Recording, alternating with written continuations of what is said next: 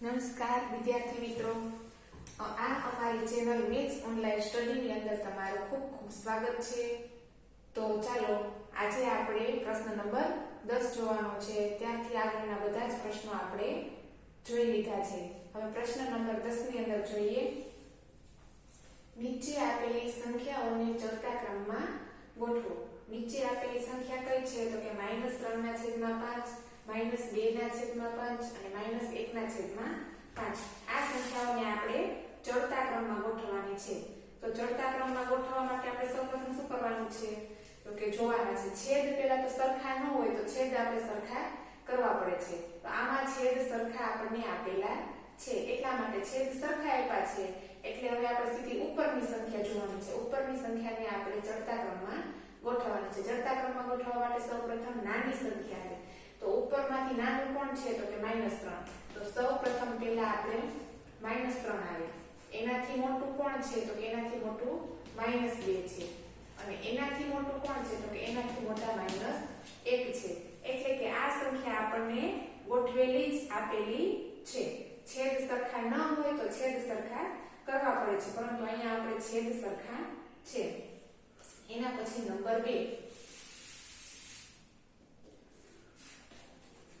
Number 2 ની અંદર 1/3, -2/9, -4/3.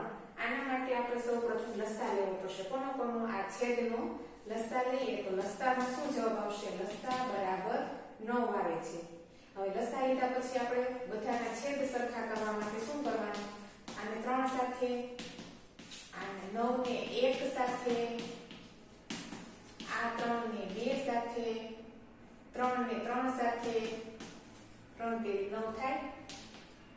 એના પછી 3 એકા 3, 3 તેરી 9, -2/9, -12/9.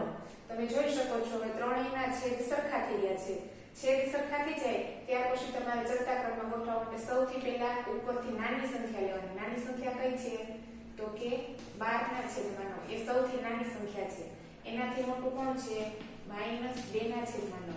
એનાથી મોટું કોણ છે? 3/9. એટલે કે આ 12 છે એ કોણ? તો કે એ -4/3 છે.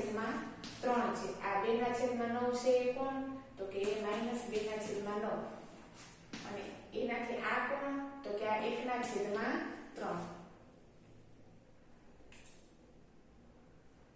બરોબર છે?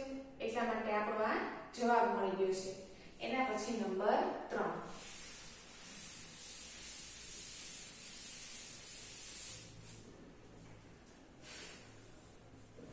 નંબર 3 ની અંદર આપણે જોઈએ તો સંખ્યા આપેલી છે. નંબર 3 ની અંદર -3/7, -3/2 અને -3/4. એટલે આપણે હવે જોઈએ અહીંયા તો કેવી રીતે છે? તો અંશમાં -3, ત્રણેયની અંદર સમાન આપેલો છે અને છેદ ત્રણેયની અંદર અલગ અલગ આપેલો છે. તો આની અંદર કેવું છે? જેનો આ અંશ બધાયનો સરખો છે, ઋણ સંખ્યા, એના છેદનો આપણે લસા લેવાની જરૂર નથી. એનો આપણે ચડતા ક્રમમાં ગોઠવી દઈશું તો પણ આપણી સંખ્યા ચડતા ક્રમમાં ગોઠવાઈ જશે. -3/7. તેથી મોટી છે -3/4 થી મોટી છે -7. આ આપણો જવાબ છે. જો વિદ્યાર્થી મિત્રો ન સમજાય તો કોમેન્ટ જરૂરથી કરજો. જો અમારો વિડીયો ગમે તો લાઈક કરો, શેર કરો અને સબસ્ક્રાઇબ જરૂરથી કરજો.